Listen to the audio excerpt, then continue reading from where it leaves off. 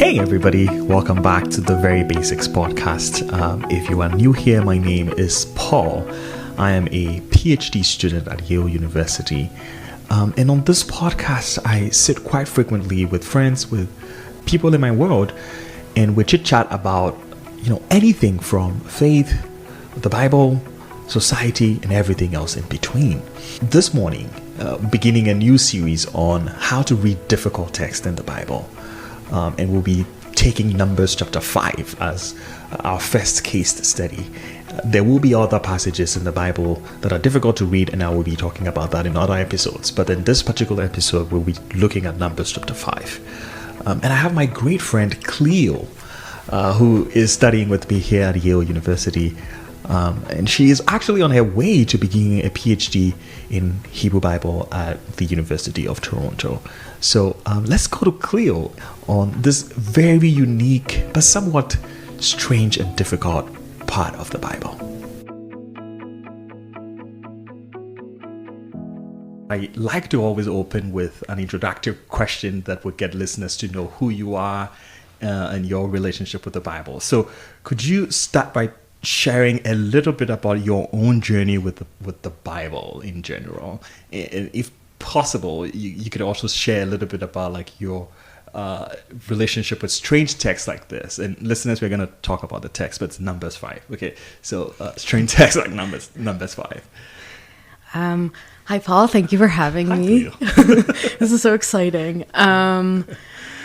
Okay, so my journey with the Bible started pretty late in my life, actually. I grew up in a very secular Jewish household, and while I knew that there was something called the Torah, and I knew that there was a Jewish religious document out there somewhere that people were reading, it was not part of my Jewish experience. Yeah.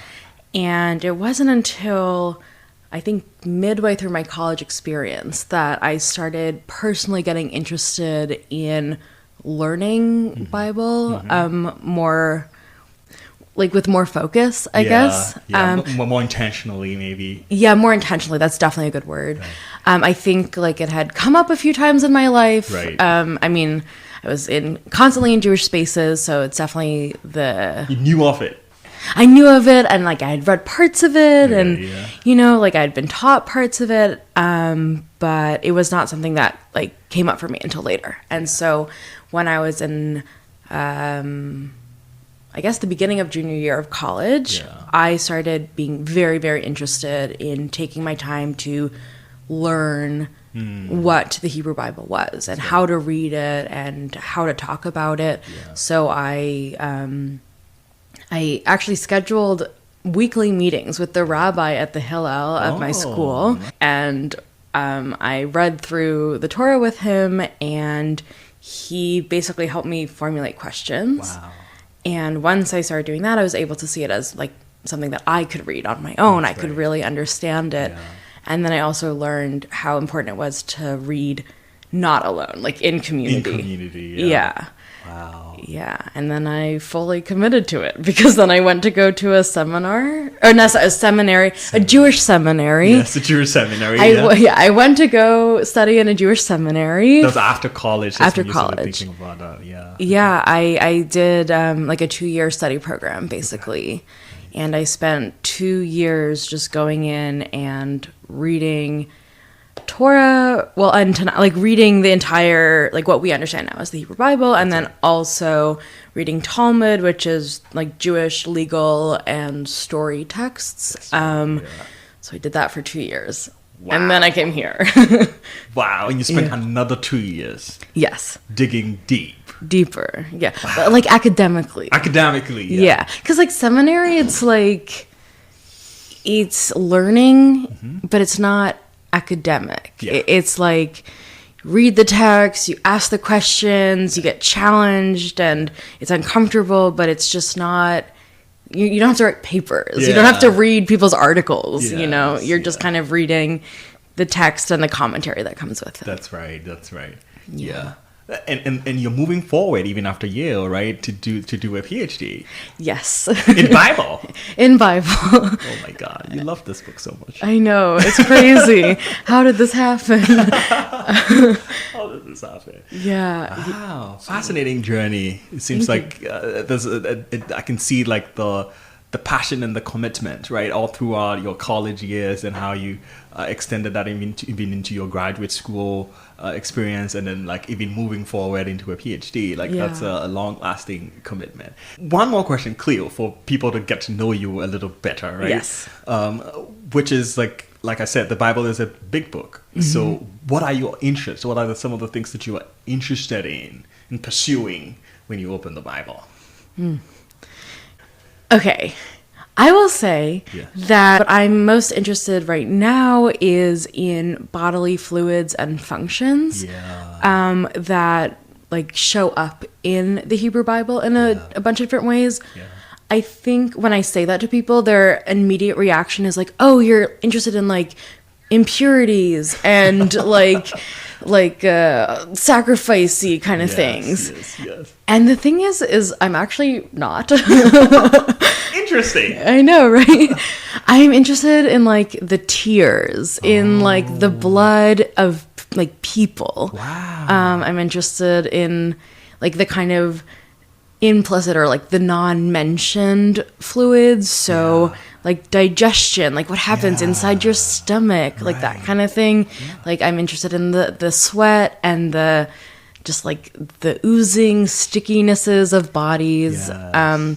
Obviously like semen, breast milk, all of that stuff fall under this, but there's such a wide range of what our bodies do and how our bodies or the bodies of the characters in our text kind of are spilled out across the page. And that's what I am interested in. Wow. I'm telling you, this is really powerful. If I can even use that expression. Thank you. Because I don't think about those things at all. And most people don't. Most people don't. Like, well, I think it's really hard. These texts are so old and they're written so weirdly, and we're used to hearing them kind of randomly on like a Saturday morning or a Sunday morning or whatever, or like Friday night, and like we never think about like, what did that feel like? Yes. Like, did your hairs stand up? Yes. Like, did your nose run? Yes. Like, are your cheeks red? You don't think about that because, like, what you're thinking about is like, oh, I just want this guy to finish talking so I can eat food, you know? Right. But there are all these things in there that if we open our eyes, we can see, and they convey meaning and they convey, wisdom for our world, for our lives, for everything, right? Fantastic. Yes, I think so. Yeah, I'm looking forward to reading your work. Nice. Yeah, okay. Thank you. So today we are talking about Numbers 5. So I think this is a good point to segue into the text that we're going to be reading for today and discussing for today. Yeah. So the story that we're reading is the Sotah ritual, and it's Numbers 5:11 to 5:31. And what it is doing is walking us through essentially a court case. So the court case is basically started by a husband who has been overcome with jealousy, and he decides that his wife has slept with another man. And he then decides to take her through what we now call the Sotah ritual, which is kind of bringing her to the priest and having her consume a concoction, a potion, some kind of like weird substancy thing. And then if she is guilty of cheating on him, then we will see the evidence of that in how her body reacts. That's right. Or if she's not, nothing will happen. That's right. And the end or the results, if she's not guilty, then she's cleared of guilt and he doesn't have to worry about anything. But if she is guilty, then he knows that she's cheated on him. That's right. And when adultery cases happen, it's usually there's usually a witness. And so the way it usually works is that you will be sentenced to death. And the only reason this ritual comes up is if you don't have a witness. Oh my God. And so you can't sentenced to death. Because you cannot rely on anybody else's testimony. Exactly. Right? Wow, this is like a loyalty test. This Exactly. is more like a loyalty test. Yes. Only that this time it's like a husband bringing the partner, the female partner, to what? This is the altar or wherever the testing is going to be done, right? It's not the other way around. It's not the wife bringing the husband. It's Right. the husband bringing. Yeah, this is for the husband. It's like for the husband. Yeah. She does not get a say in this. We don't know how she feels. We don't know what she's done. It's all about his suspicion and either confirming or alleviating his suspicion. Wow. Yeah. Yeah. So this is what Numbers chapter 5 is, and it falls within like a list of a bunch of laws, right? Before it is a bunch of laws, after it is a bunch of laws. So this is one of the laws, right, for the people of Israel, and it's about adultery, and it's about like how to test the faithfulness of a partner in a relationship, and it's very difficult. It's very difficult. This is one of these texts that just like. It will break your heart, I think. I think it's a really scary text to read. Yeah. I think it's so difficult that... So I mentioned the Talmud earlier. Right. So the Talmud is basically Jewish law books that include rabbinic stories and experiences and like arguments. It's super weird. Yeah. It's one of the weirdest texts maybe ever. Yeah. And it's spread across 42 volumes and it's under 6 orders. Okay. And one of those books of the 6 orders of the 42 is the Sotah book, basically. So this... It has something to do with this. Yeah, so this 21 verse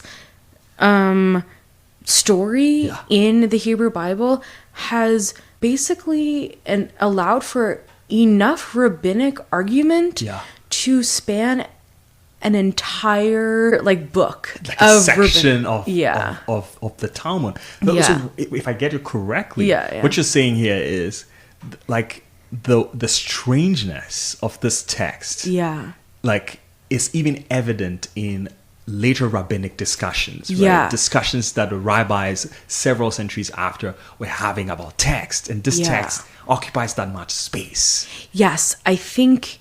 It's such a horrifying story. It is, yeah. It brings up so many moral and ethical dilemmas. Yeah.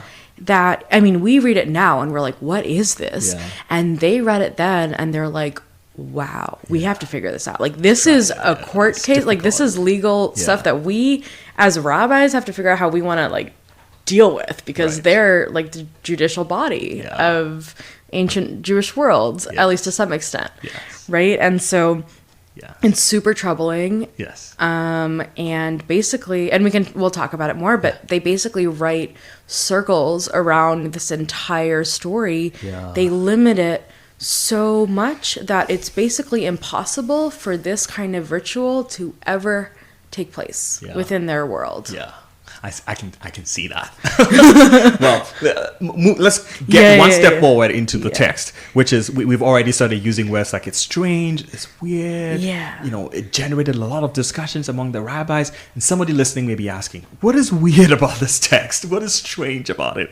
Can you point to some of the things in the story that it's strange?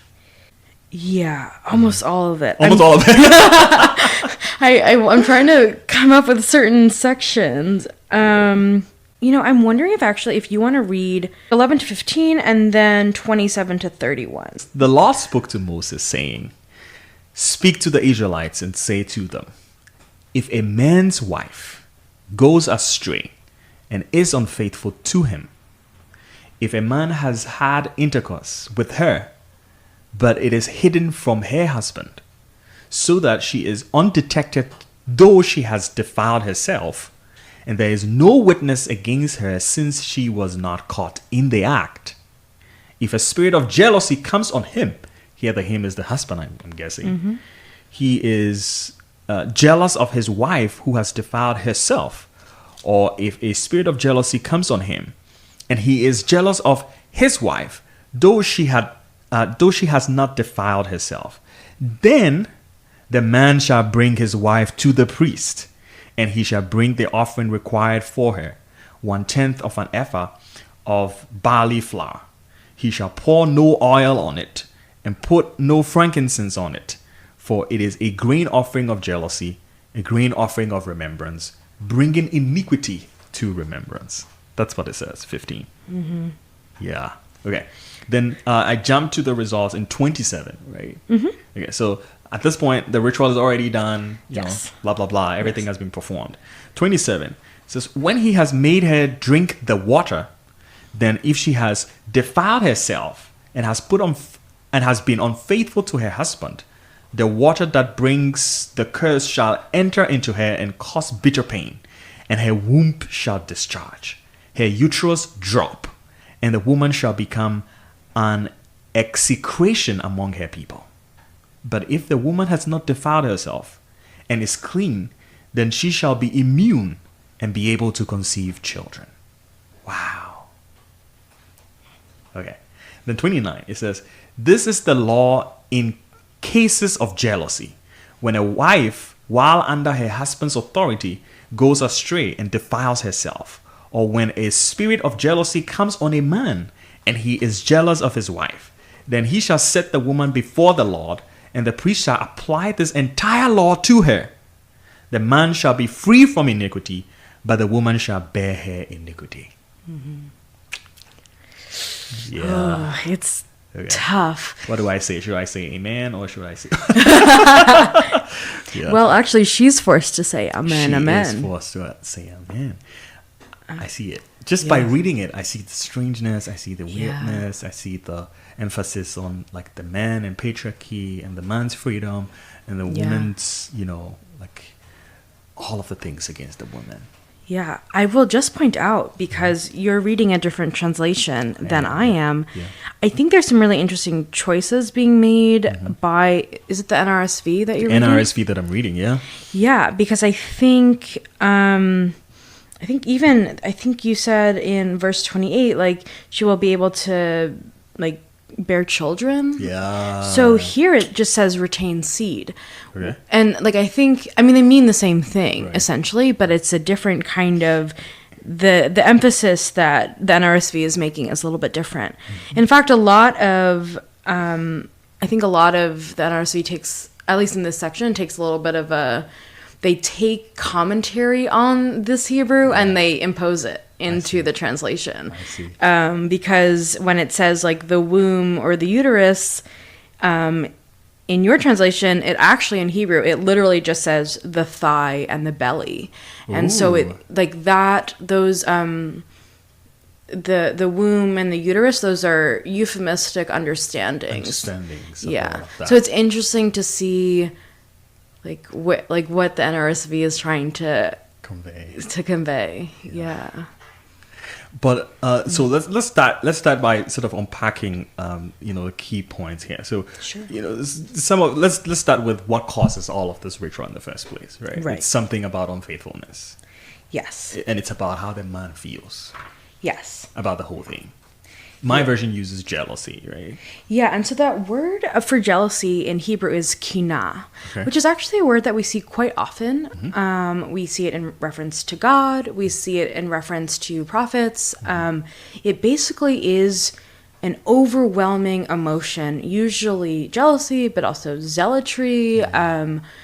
I think like ardent feelings of something. That's right. And what we're seeing here is it's not just kinah, it's like ruach kinah. Yeah. Ruach translates as spirit. That's right. But oftentimes people will see this as a fit of jealousy or is wrought up in jealousy. Mm-hmm. And I think there's a question of how does the jealousy operate within his body? Right. Also, could you see it not as jealousy, but is he so committed to her that he can't see anything? Like, is he blinded by his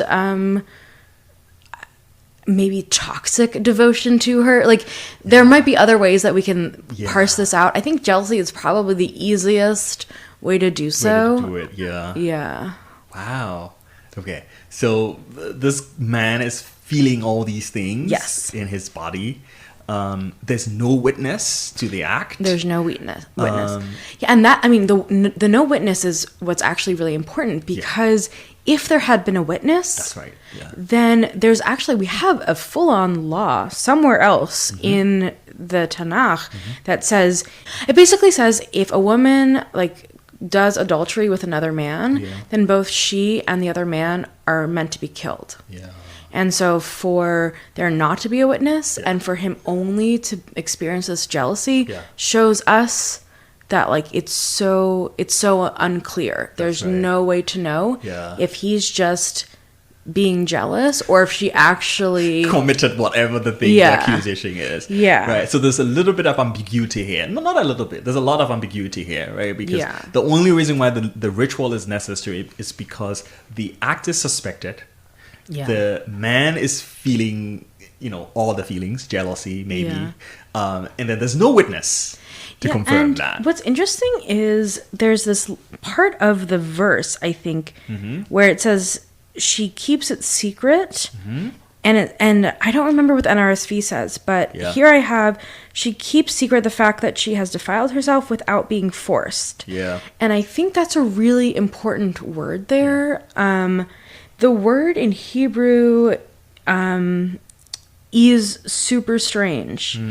And the rabbis argue about this, actually. And it could either be like she was not caught in the act. Right. Like, and this, like, not that she was forced, but that, like, no one forced their witnessing upon her. Or she wasn't raped, as in she wasn't sexually assaulted. And so depending on what you want to do with that word, it might change how you're thinking about this. That's right. Because, like, it is possible that she was being, sexually assaulted, but no one saw her. Right. Or I think more, maybe a little bit less generously, like, or she wasn't being raped. It was she decided to have this intercourse with this other person. You were asking about the NRSV. The NRSV says hidden, right? Hidden from my husband. So there's some sort of secrecy to it, right? Yeah. Which would still go with everything that you've said from there. But so now we have the event. Well, and it doesn't. Does it have a little clause about without being forced or something like that? It doesn't have that. Again says since she was not caught in the act. Oh, okay. So that is a choice. NRSV decided to take this word and read it that way. Yeah. That's not, like, the Hebrew itself doesn't say that. Right. That's super interesting. They're reading with, I think it's Ibn Ezra, who reads it that way. Yeah, and Ibn Ezra is one of the rabbis who wrote a lot of commentaries. So. Yes. Yeah. And my translation that says without her being forced, that's a Rashi translation. Okay, and he's another commentator. Yes. They go back and forth throughout this entire section of text. Yeah. They do not agree with each other. It is very, very interesting. Yeah. Now that you're pointing things out, it's very, very interesting. Okay. Yeah. So we have all of these things going on. This is the act. This is how the man is feeling. This is, all the conditions around that. And then the work of the priest comes in. Yes. Well, and actually the work of the priest comes in way later, right? Yeah. It's so unclear how much time has to take place between these things. Yeah. But yeah, basically the husband brings her to a priest and is like, she's a sotah, or like she probably, I have suspected her of cheating against me. Yeah. And so then the priest has a bunch of different things that he can do, and one of the things that the husband needs to do in order to bring his wife before a priest for a sotah ritual is a jealousy offering has to be prepared. Yeah, that's what was referenced in the later part. Yeah. So that's super interesting as well, because usually when you do an offering, you prepare it for yourself. Mm-hmm. So it's interesting that he's like getting this offering. Mm-hmm. It's supposed to be like he's made it for her, which is like very strange. Yes, and then also the like no oil being poured on it, no frankincense.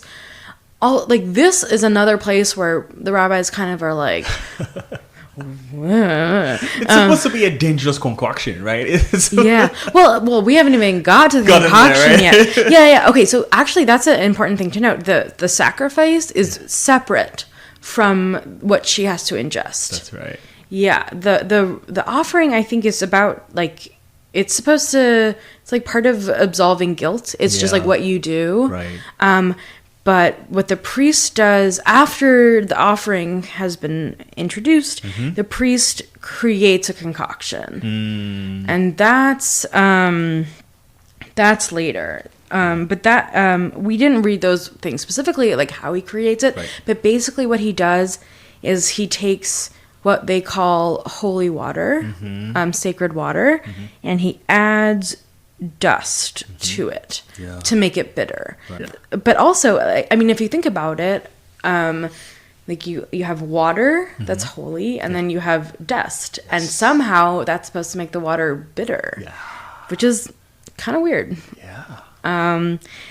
And what happens later is like what he adds to it is there's, I think, a scroll. Okay. And he basically takes the I think what they have understood, and I don't know if it's true. Right. I think it's like literally the story of the Sotah. Like he takes this ritual, like how it works, he has it in writing on a little piece of like papyrus or whatever, and he dissolves it in the mixture. Yeah. And then that's what she drinks. Wow. And the thing is like part of that ritual is supposed to, I think, have the name of God in it. So it should have Yud-Heh-Vav-Heh in it. And this mixture of dust and water and words are what she ingests. Yeah, into her body. Into her body. That's the concoction. That's the concoction. Wow. Yeah.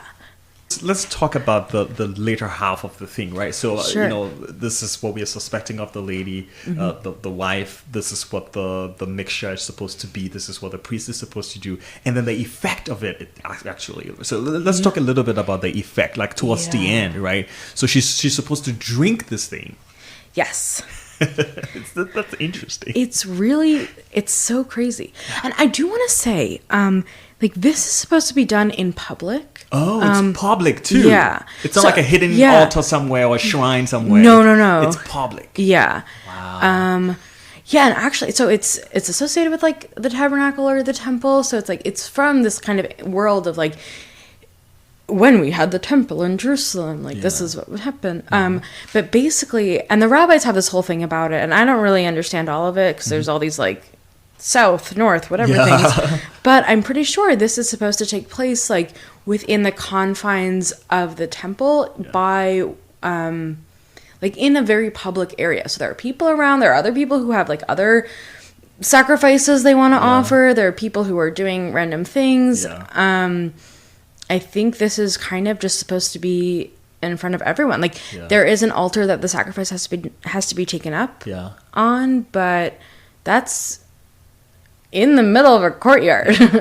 And that sounds like public sentencing. It's public sentencing. And also, we didn't read it, but there's a little line here where like the priest is supposed to like uncover her.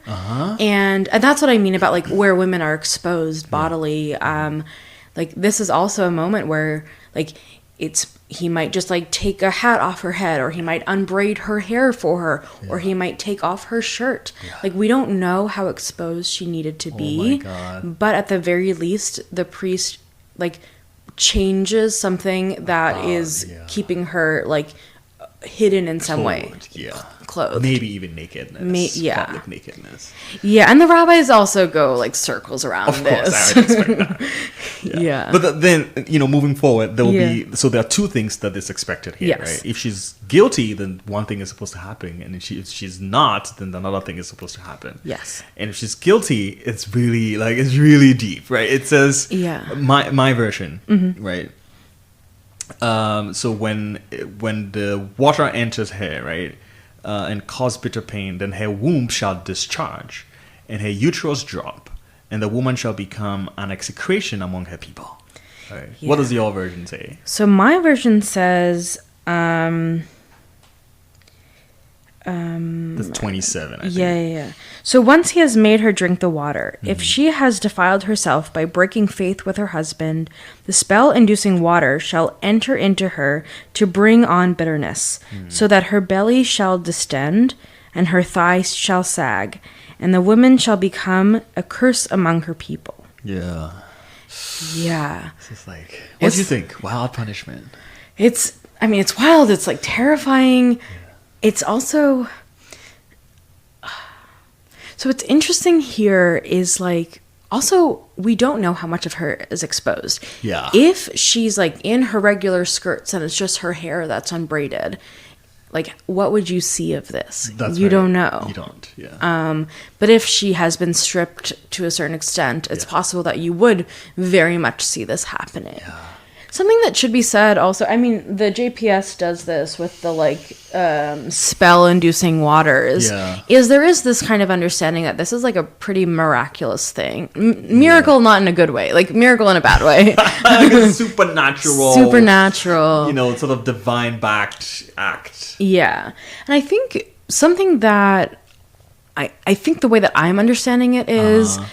Because there is so little that can be known, and because the woman hasn't confessed at this point, the husband is jealous but not knowing, there's no witness. The only witness is God, basically, and she ingests God's name when she takes in the potion. And so it's a question of, can her body withstand, like, divinity in it? Wow, if she has defiled herself, then it can't. It has to, like, do this crazy, horrible, scary thing. But if she can, then she's just honestly blessed, right? Like, she's taken then God's name and is fine. And so it in this moment, it's like, we don't know. The woman's not going to tell us.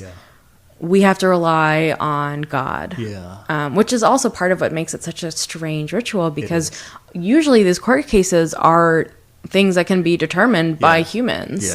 And this is kind of like in the hands of a divine figure. Oh my God, This is a lot of things can be said here. You know, Cliel. This is really interesting. But one thing that I want to ask you, so that you draw attention to, is the focus on the woman, right? This is completely like male bias, right? This is like putting all the pressure on the woman in this case.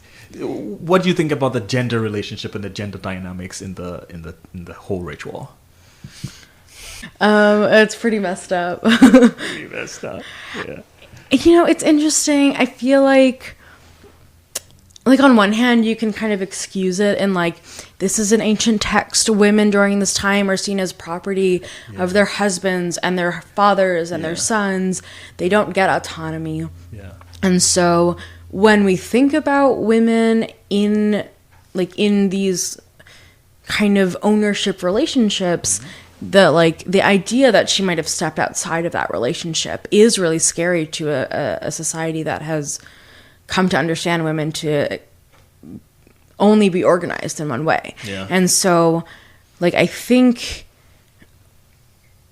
in like that way you can kind of like sort of understand where it's coming from, but at the same time it's like, what husband would willingly like torture their wife like this? Like publicly, like there's just so many layers of like evilness to this. Also, like, what kind of priest allows like his constituents to do something like this, who allows a woman to be exposed in this way?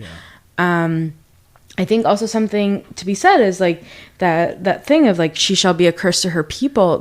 I think there's a whole question of, because this is so in public, like there are women who are seeing this happen as well, and they're probably watching this woman be dragged around and shamed and exposed and forced to ingest something, and they're basically being warned. They're saying like, if you do something we don't like, we're going to do this to you too. It's incredibly scary. It's a very scary thing. I'm thinking here about so what do we learn from this, right? Because how do we read? It's very easy to read this and say, Oh yeah, this is a warning to all unfaithfulness, right? Those of you who are unfaithful in marriages and in relationships, this is what is going to happen to you. Like, when divinity sets in and judges you, your womb is going to be whatever, expelled, and all these weird things. And this is like a dire warning to that. But I don't know. What do you think?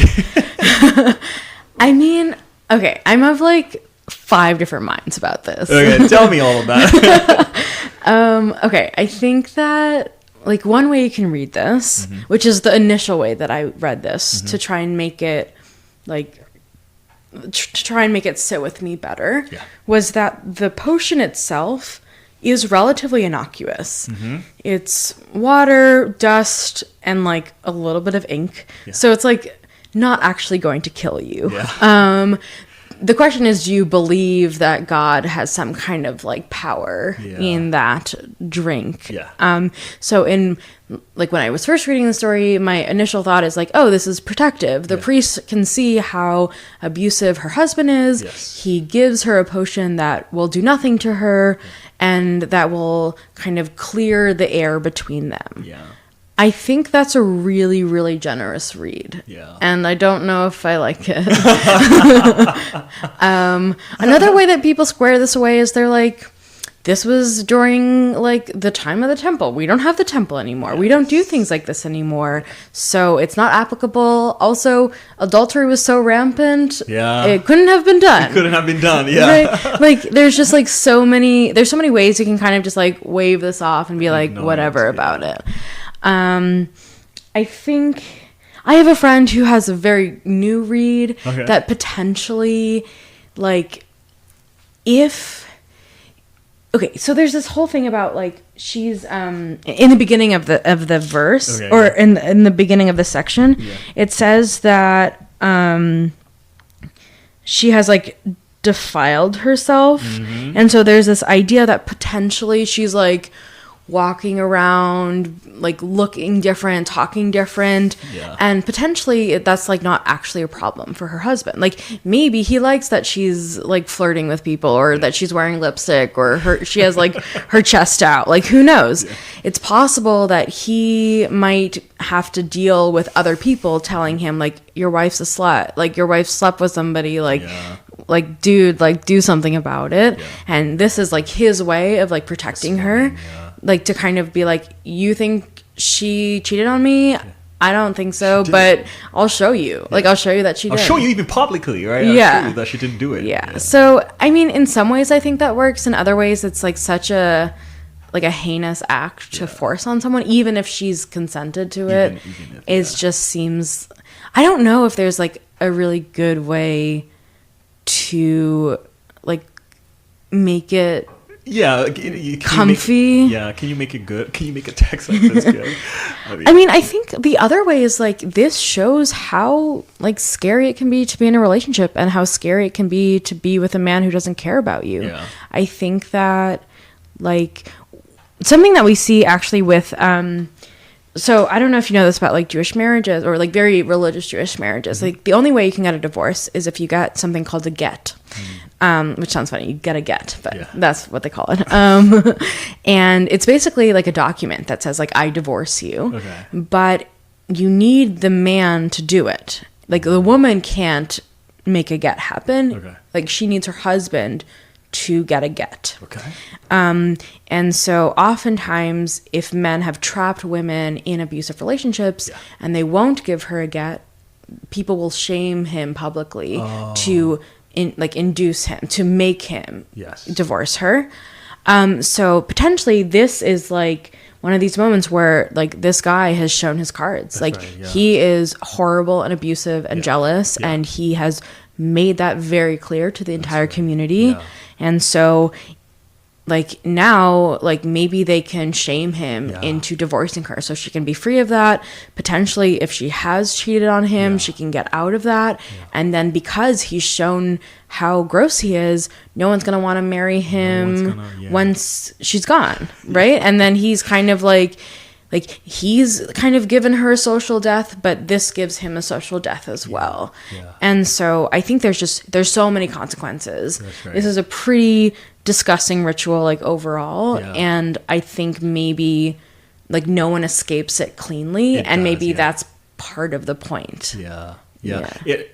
Like divorce practices across the world is really interesting, and I'm sure somebody has done some work on it. But like, you know, the version that you just shared is very interesting, and I'm sure even if I look into African history as an African, I'm sure I'm gonna see like different layers and versions of like, you know, divorce practices and how difficult it can be, especially for the women. Well, and it's also like if a man divorces often, it's totally fine for him to get married again. But if a woman is divorced, even the New Testament, right? Like, the New Testament has all these like weird rules about divorce, and all the time the pressure is on the woman. I do want to say, and I don't really know if this helps at all, but I do think it's interesting. I do think there is like this interesting space here to talk about like pregnancy and like what we know or don't know about women's bodies, and like how to like ensure or disrupt pregnancies. Like I think there is like this interesting space here where like, if this ritual is abortive, then perhaps the priests are aware of medicinal practices that could help a woman like get an abortion if she needs it. That's right. So that's an interesting thing. That is. The only issue is if this is beyond abortive, like if it's like destructive, like if her entire like reproductive system comes out, then maybe that's not really what we want. And you know, again, like the way the NRSV puts it sounds like there's a piece of her inner self that comes out, right? So it's not just like scary. Abortive in terms of like just terminating the pregnancy if she is indeed pregnant, but it is also like, you know, your reproductive system is going to be like completely destroyed and removed from your body because you did this very terrible, unfaithful thing. Which is actually, I think, like adds another layer to like the like social death that she would experience. Not only is she like exposed to the entire community, not only is her husband suspecting her of adultery, but also like the thing that in the society which makes her valuable, which is her ability to reproduce, is taken away from her. So she's kind of stripped of like everything. And so even if there's no like penalty for death, it's kind of does it anyway. That's right. I don't know, for me there is something here about like the kind of like what this potion is and what it does for her body. Also the fact that like if she is innocent, it's supposed to help her retain seed, like it is supposed to help her become pregnant. And so like that's also interesting to me, of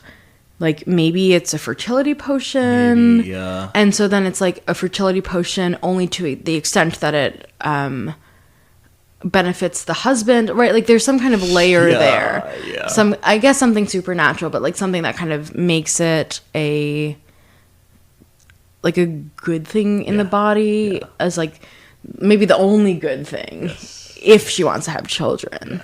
There's a lot of things that can be said in this text. So many things. I'm just fascinated by it. Okay, so let's try and wrap it up here. Okay. By talking about you know, just returning to you as a thinker, as a scholar. Okay.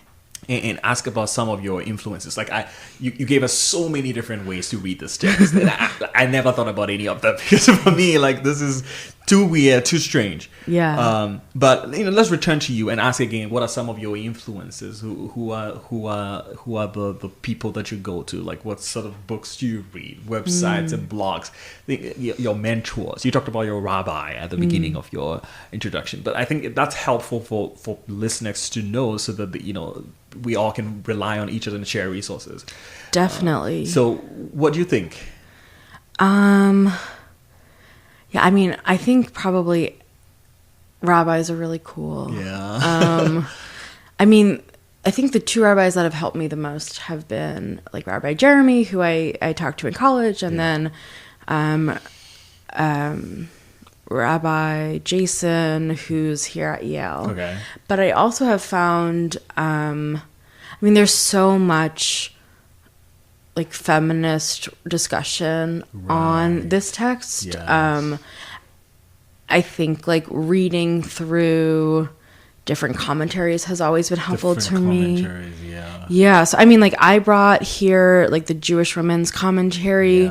There's also there's like a modern commentary that I was reading yesterday. And there's like a social justice commentary. I can bring it to you, actually. You might like it. I'll be interested. I'm going to take a picture of those commentaries sitting right here. Sure, yeah. Once you're done. Yeah, and I mean, like the Jewish Study Bible that I have also, it's this like, what it does is it just has all of the discussions kind of like there for you, so you can look at it. Yeah.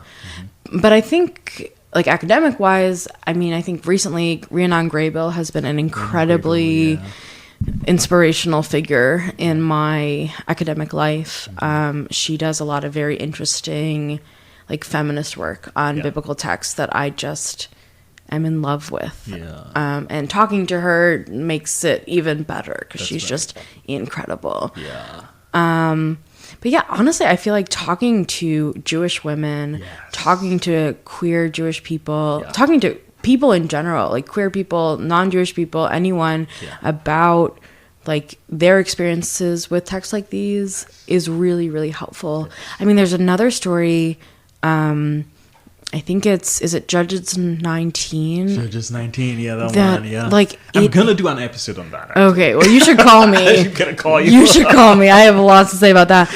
But that is such a scary text. And, like, how do you deal with it? Like, how can you deal with something like Sotah? It's so unbelievable. Or it's like totally believable, but it's like it's so hard to grapple with. It is very hard, It's one of the texts of terror. Is that what they call it? Yeah. So that's Phyllis Tribble, Text of Terror. That's the word, Yeah, and Rhiannon Graybill has the Text After Terror. Text After Terror. And like these are like there are so many people who write about these texts. I mean, we have like with Genesis 22, the Binding of Isaac, which is also a very like ethical dilemma-y kind of text. Like there are so many of these very specific and scary texts that like should jump out at you and then ask you to ask questions. That's right. You know, and I think the best thing you can do is just ask other people to read it with you and ask questions with you. That's right. Yeah.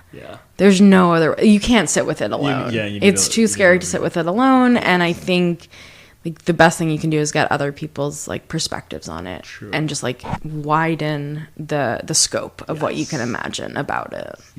A lot of fun things here. So what advice would you give to listeners and people who are listening? Most of them may not have heard a text being read this way. Most of them may not have even like heard anybody say, oh, this is strange, this is weird. I'm like, okay, beyond that, we've learned a lot from your own life and the way you think about text and, some of your influences and so on and so forth. But like, what advice would you give to anybody who likes the Bible, loves the Bible, studies, reads it, but will never go to seminary, would never be exposed to any like technical work at any level at all, but maybe listening to this podcast? What general advice would you give to people like that?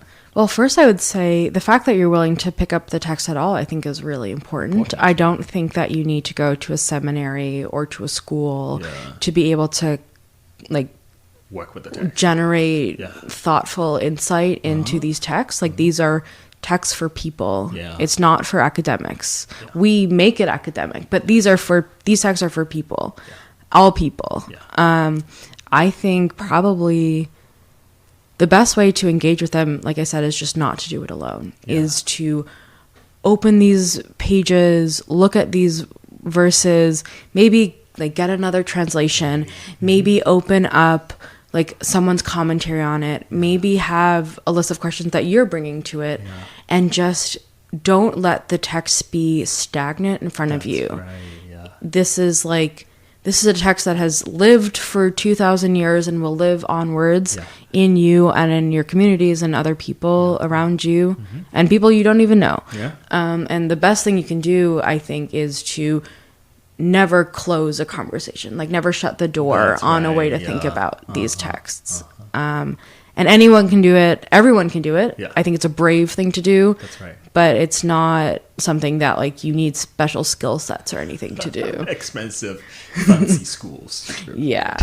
And like I feel like people don't realize how much they have to say until they're asked. Like there are so many people who I know who like I tell them like this is what I study, and then we end up having like an hour-long conversation about something that I'm learning, and they're like, what? And then we pull up the online Torah and we talk about it, and it's just like these are texts that are supposed to generate conversation.